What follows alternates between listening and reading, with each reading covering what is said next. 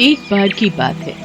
किशनपुर गांव में महेश नाम का व्यक्ति अपनी बीवी रमा, 6 साल की बेटी पिंकी और 8 महीने के बेटे बिट्टू के साथ रहता है। जिंदगी एक पल में कितनी बदल जाती है, इसका सबसे बड़ा उदाहरण है महेश। वो एक केमिकल फैक्ट्री में काम करता था। एक रात फैक्ट्री में ब्लास्ट हो गया। उसे गंभीर हालत में अस्पताल में भर्ती कराया गया। जैसे ही रमा को पता लगा, वो भागी भागी अस्पताल पहुंची।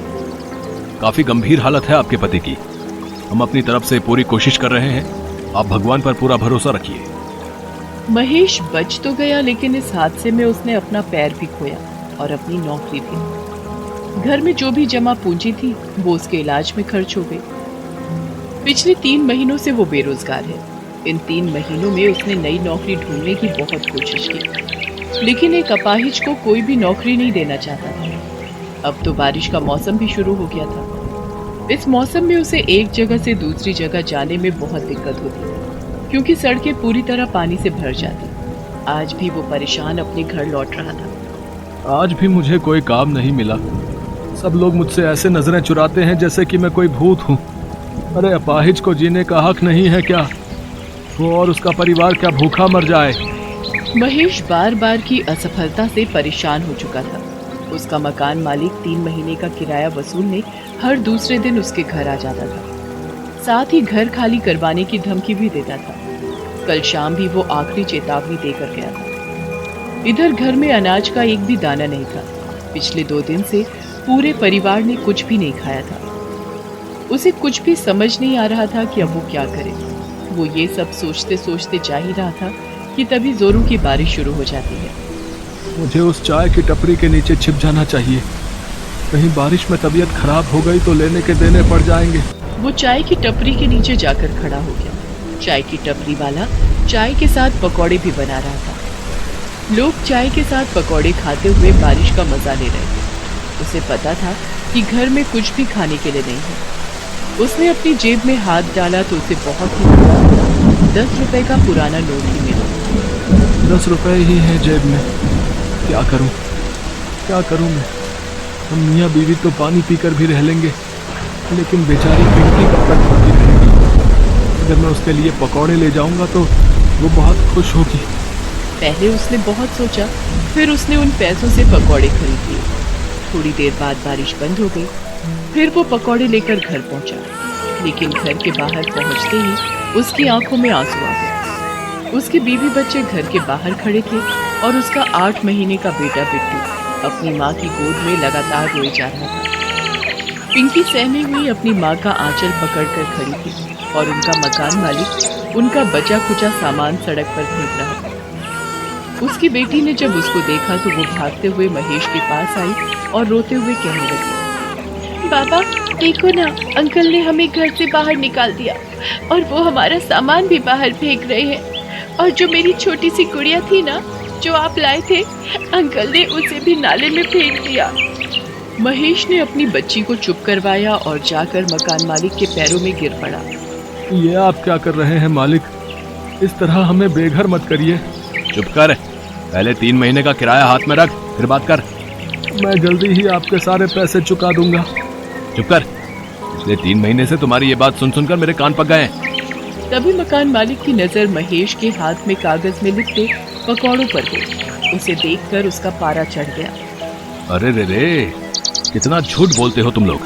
मेरा किराया देने के लिए तुम्हारे पास पैसे नहीं है और पकोड़ा पार्टी करने के लिए पैसे हैं। चलो निकलो यहाँ से, कार कहीं के। ये कहकर उसने उन पकौड़ों को उसके हाथ से छीनकर फेंक दिया। फिर वो अपने घर में ताला लगाकर निकल गया। महेश और उसकी पत्नी गिड़गिड़ाते रहे, लेकिन वो तो निर्दयी बना रहा। अब हम कहाँ जाएंगे जी? पता नहीं रमा, लेकिन कहीं तो जाना होगा ना। छोटा मोटा सामान अपने सिर पर उठा वो सड़क पर निकल गए और तभी एक बार फिर से जोरों की बारिश शुरू हो गई। वो बारिश से बचकर कहीं छिपना चाहते थे, लेकिन कहीं दूर दूर तक कोई जगह नहीं। रमा अपने छोटे से बेटे को अपने सीने से लगाए चली जा रही थी। तभी बारिश के साथ साथ ओले भी गिरने लगे। हे भगवान, गरीबों को तकलीफ देने में आपको बहुत मजा आता है ना। बारिश तो हो ही रही थी, अब ओले भी पड़ने लगे। लेकिन तभी महेश की नजर सड़क पर पड़ी सीमेंट की पाइप पर गई। उसने सबको पाइप में छिपने के लिए कहा, लेकिन पाइप तक पहुंचने से पहले दुर्भाग्य से ओले का एक बड़ा सा टुकड़ा पिंकी के सिर पर गिर गया। उसके सिर से खून बहने लगा और वो बेचारी जोर जोर से रोने लगी। रमा ने झट से अपनी गोद से बिट्टू को उतारकर महेश के हाथ में दिया और अपनी साड़ी का पल्लू फाड़कर पिंकी के सिर पर बांध दिया। माँ, सिर में बहुत दुख रहा है। रो मत मेरी बच्ची, ठीक हो जाएगा। वो सभी पाइप के अंदर बैठ गए और बारिश के रुकने का इंतजार करने लगे, लेकिन बारिश रुकने का नाम ही नहीं ले रही थी। तभी उन्होंने देखा कि उनके सीमेंट वाली पाइप से कुछ दूरी पर एक बड़ी सी गाड़ी आकर रुकी। उसमें से 2 कपल बाहर निकले और बारिश में भीगने लगे। बारिश में भीगने का अपना अलग ही मजा है ना काजल।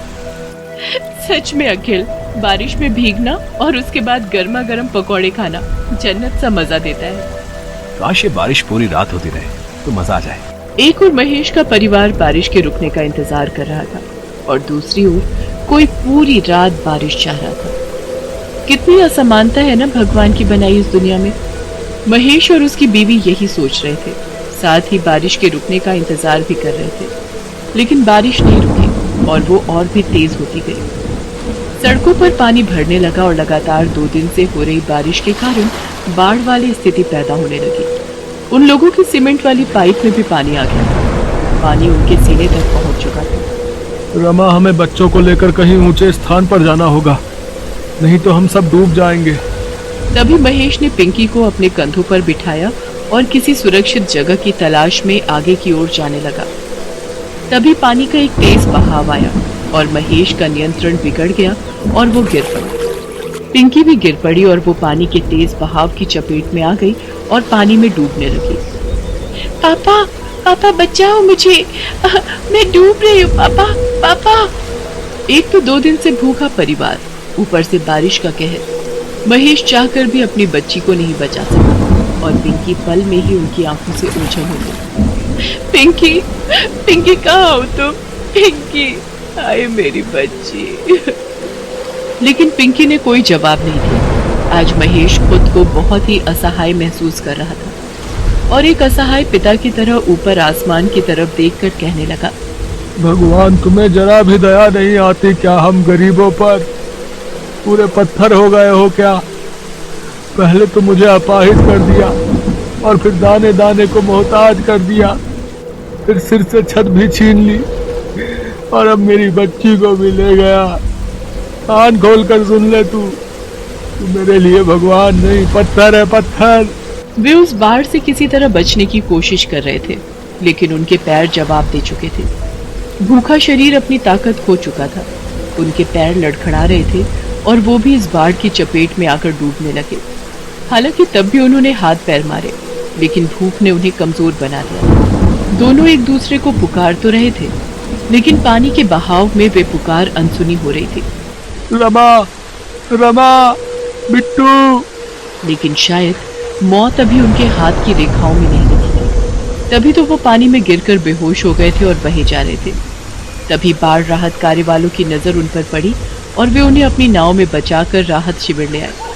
इस बारिश में हम तीनों तो बच गए रमा, लेकिन इसने हमसे हमारी पिंकी को छीन लिया, हमसे छीन लिया रमा। वे दोनों एक दूसरे को पकड़कर रो रहे थे कि तभी एक नन्ही सी बच्ची, जिसके हाथों में बिस्किट और ब्रेड का पैकेट था, वो पैकेट उसको राहत शिविर वालों ने दिया था, उनके पास आई और पीछे से आकर बोलने लगी, बाबा, बाबा, क्यों रो रहे हैं आप लोगों को भी भूख लगी है ना? ये लीजिए ब्रेड खाइए, अंकल ने मुझे दी थी, मैं आप लोगों का ही इंतजार कर रही थी। वो आवाज पिंकी की थी। पिंकी को देखकर महेश और रमा फूट फूट कर रोने लगे। पिंकी को भी राहत कार्य वाले बचाकर शिविर में ले आए थे। अपनी बच्ची को जिंदा देखकर वो लोग ऊपर वाले को देखकर उसका शुक्रिया अदा करने लगे। पूरे 1 महीना वो लोग राहत शिविर में रहे। उसके बाद सरकार ने उन्हें कुछ पैसे मुआवजे के तौर पर दिए, जिससे वो नई जिंदगी की शुरुआत कर सके। आज महेश एक चाय पकौड़े की दुकान चलाता है। उसकी जिंदगी अब पहले से बेहतर हो गई है। बारिश ने परीक्षा तो ली उसकी, लेकिन उसी बारिश ने उसे फिर से अपने पैरों पर खड़े होने का मौका भी दे दिया। बिहार के गोपालगंज में रामदीन नाम का एक गरीब मजदूर रहता था। परिवार में उसकी पत्नी मंगला और बेटी निशा थी। मंगला, कुछ खाने को दे दे, फिर मैं जाकर देखूं, शायद कोई मजदूरी का काम मिल जाए। तेरा यूं भूखा रहना भी होने वाले बच्चे के लिए गलत है, इसलिए अब मुझे रोजाना कड़ी मेहनत मजदूरी करनी ही होगी। अरे तुम मेरी चिंता मत किया करो, तुम दोनों के साथ थोड़ा बहुत खा तो लेती हूँ। ये देखो, आधी चाय तुम्हारी, आधी चाय मेरी। ये थोड़ी सी भुजिया रखी है, चाय के साथ खा लो। माँ, भूख लगी है, कुछ खाने को दो ना। रुक, मैं तेरे लिए रोटी बनाती हूँ, फिर तू खा लेना। मंगला, आटा कहाँ है जो तू रोटी बनाएगी? एक रोटी का रखा हुआ है जी, वही खिला दूंगी। आप चिंता मत करो, आप काम ढूंढने जाओ। क्या करूँ, क्या खिलाऊंगा मंगला और निशा को? मंगला का भी पूरा टाइम है, वो बेचारी कुछ नहीं कहती। रामदीन बाजार में मजदूरी का काम ढूंढने निकलता है। वो एक दो दुकानों पर काम मांगता है। एक गोदाम में उसे बोरियां ढोने का काम मिल जाता है, पर गोदाम दुकान से कुछ दूरी पर था। देखो, ये दुकान का लड़का तुम्हें गोदाम पर ले जाएगा। हाँ, तुम्हें गोदाम की बोरियां यहाँ दुकान पर लाकर लगानी है, ठीक है? ठीक है सेठ जी, मैं ले आऊंगा। रामदीन पूरा दिन गोदाम की बोरियां पीठ पर लाद कर सेठ की दुकान में उतारता रहा। अरे कितनी बोरियां रह गई हैं भाई, दुकान बंद करने का समय हो रहा है। सेठ जी, बस 4 बोरी और बाकी है। रामदीन सारी बोरियां दुकान पर रख देता है। सेठ रामदीन को बदले में 300 रुपए देता है। उन रुपयों से रामदीन कुछ खाने का खरीदता है और घर जाता है। मंगला, ये थोड़ा राशन ले आया हूँ, कुछ दिन तो निकल ही जाएंगे। मंगला उस दिन फिर दाल चावल बनाती है, जिसे देखकर निशा बहुत खुश होती है। माँ, आज आपने खाने में दाल चावल बनाए हैं, मुझे ये वाली दाल बहुत अच्छी लगती है। ये ले, फिर थोड़ी और दाल ले ले बिटिया। मंगला, ये आज तो काम मिल गया, पर आगे कैसे गुजारा होगा? मानसून भी अपने उफान पर है और गोपालगंज का तो तुम्हें पता ही है, कब बाढ़ का कहर हम गरीबों पर टूट जाए कौन जाने। मुझे तो तुम्हारी चिंता हो रही है, तुम्हारी डिलीवरी का वक्त निकट आ रहा है, बस गोपालगंज में सब कुछ ठीक रहे। रामदीन इसी चिंता में था कि मॉनसून आ गया है, कोई काम नहीं मिला तो घर कैसे चलेगा। अगले दिन मंगला, मैं देखता हूँ पड़ोस के विजेंद्र भैया बता रहे थे कि एक इमारत की मरम्मत के लिए किसी को मजदूर चाहिए। पता करके आता हूँ, शायद मिल जाए। बाहर तो बारिश हो रही है, कैसे जाओगे? अरे ज्यादा दूर नहीं जा रहा, पास ही में जा रहा हूँ। रामदीन एक पन्नी ओढ़कर बारिश में काम ढूंढने निकलता है। अचानक बारिश बहुत तेज होने लगती है। वो एक चाय की छोटी दुकान के नीचे खड़ा होकर बारिश रुकने का इंतजार करने लगता है। चाय की दुकान पर कुछ ग्राहक भी बारिश रुकने का इंतजार कर रहे थे। चाय वाले की दुकान पर एक रेडियो चल रहा था, जिस पर गोपालगंज की खबरें आ रही थी। बता दें कि गोपालगंज जिले में लगातार हो रही बारिश और नेपाल से पानी डिस्चार्ज किए जाने से गंडक नदी का पानी तेजी से गांव में प्रवेश कर रहा है। मांझावा सदर प्रखंड के कई गांव में बाढ़ का पानी घुस चुका है। लोग बाढ़ के पानी से त्राहिमाम कर रहे हैं। हे भगवान, ये क्या हो गया? बाढ़ का पानी तेजी से गांव में आ रहा है, मुझे घर जाना होगा। अरे ये पानी का बहाव तो बढ़ता ही जा रहा है। रामदीन खबर को सुनकर घबरा जाता है और तेजी से घर की ओर भागता है। रामदीन के घर में पानी भर चुका होता है। आसपास के लोग जल्दी जल्दी घरों को खाली करके भाग रहे होते हैं। आप आ गए, ये देखो पूरे घर में पानी भरता ही जा रहा है। बापू, मुझे डर लग रहा है। अरे घबराओ मत, कुछ नहीं होगा मंगला। निशा को मैं कंधे पर बिठा लेता हूँ, हमें जल्दी यहाँ से निकलना होगा। सुनो जी, लगता है मेरा बच्चा होने का वक्त आ रहा है। मुझे दर्द महसूस हो रहा है जी, घबराहट से लगता है बच्चा नीचे आ रहा है। हे प्रभु, क्या करूँ? विजेंद्र भैया को बुला कर लाता हूँ। अब विजेंद्र भैया। रामदीन, जल्दी से जरूरी सामान बांध ले, निकलना है वरना कोई नहीं बचेगा, सब बाढ़ में बह जाएंगे। विजेंद्र भैया, मंगला को बच्चे का दर्द शुरू हो गया है, वो चल भी नहीं पा रही है। अरे बेचारी को इस मुसीबत में ये बड़ी परेशानी होनी थी। जल्दी चलो जी। एक काम कर, ये खाट पर भाभी को लेटा, फिर इसी पर ले जाना पड़ेगा, कोई और रास्ता नहीं है अब। रामदीन निशा को अपने कंधे पर बिठा लेता है। विजेंद्र और उसकी पत्नी भी बहुत नेक दिल थे। विजेंद्र की पत्नी अपने बेटे को गोद में उठा लेती है। विजेंद्र रामदीन के साथ मंगला को खटिया पर लिटाकर उठाने में मदद करता है। सुनो जी, निशा के बापू, मेरा दर्द बर्दाश्त के बाहर हो रहा है, कुछ करो जी। बाढ़ का पानी बढ़ता ही जा रहा है विजेंद्र भैया। अरे हिम्मत मत हार रामदीन, भगवान सब ठीक करेंगे। लोग पानी के बहाव से बचने के लिए इधर उधर भाग रहे थे। आज पता नहीं एक गरीब पर बाढ़ का कहर आया हुआ था, मानो सब कुछ ले डूबेगा। मंगला की हिम्मत जवाब दे रही थी।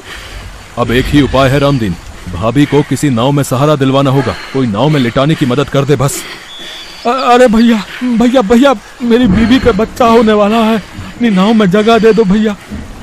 भाई हम खुद 5 लोग हैं, हमारी नाव इतना वजन नहीं संभाल पाएगी भाई। रामदीन बहुत लोगों के आगे गिड़गिड़ाता है। मंगला की तबीयत बिगड़ने लगती है। मंगला हिम्मत रख, विजेंद्र भैया मेरी मंगला को कुछ हो गया तो मैं। हिम्मत मत हारो भैया, वो सामने शायद बचाव कर्मी नाव लेकर खड़े हैं। जल्दी से उन लोगों को मदद दो, शायद वो लेडी प्रेग्नेंट है, जल्दी। रेस्क्यू टीम जल्दी से रामदीन के पास पहुंचती है और नाव में मंगला को लिटाया जाता है। मुश्किल के वक्त मजबूरी में मंगला नाव में ही एक बेटे को जन्म देती है। सब लोगों की मदद से मंगला की जान बच जाती है। कुछ देर बाद सुरक्षाकर्मी मंगला और उसके बच्चे के साथ सभी को एक सुरक्षित जगह पर पहुंचा देते हैं। आपका बहुत बहुत शुक्रिया साहब, आज आपने हमारी मदद की। ये हमारा फर्ज था जो हमने निभाया, इसमें धन्यवाद की कोई बात नहीं। रामदीन विजेंद्र और उसकी पत्नी को भी धन्यवाद करता है। विजेंद्र भैया, भाभी जी, आज आप दोनों ने भी हमारी बहुत सहायता की है। अरे भाई कहता है, फिर ये धन्यवाद किस लिए? आजा भाई के गले लग जा, आज एक बेटे का भी बाप बन गया है तू। मेरा छोटा भैया आया है बापू। हाँ बेटिया, ये देख तेरा छोटा भाई आया। मंगला अब तुम ठीक हो ना? जी मैं ठीक हूँ, पर अब हम कहाँ रहेंगे? सब कुछ इस बाढ़ में तबाह हो गया। ये बाढ़ की परेशानी मंगला गोपालगंज के साथ साथ हर आसपास के गांव में हर मानसून में होती है, पर हिम्मत रख, सब कुछ ठीक हो जाएगा।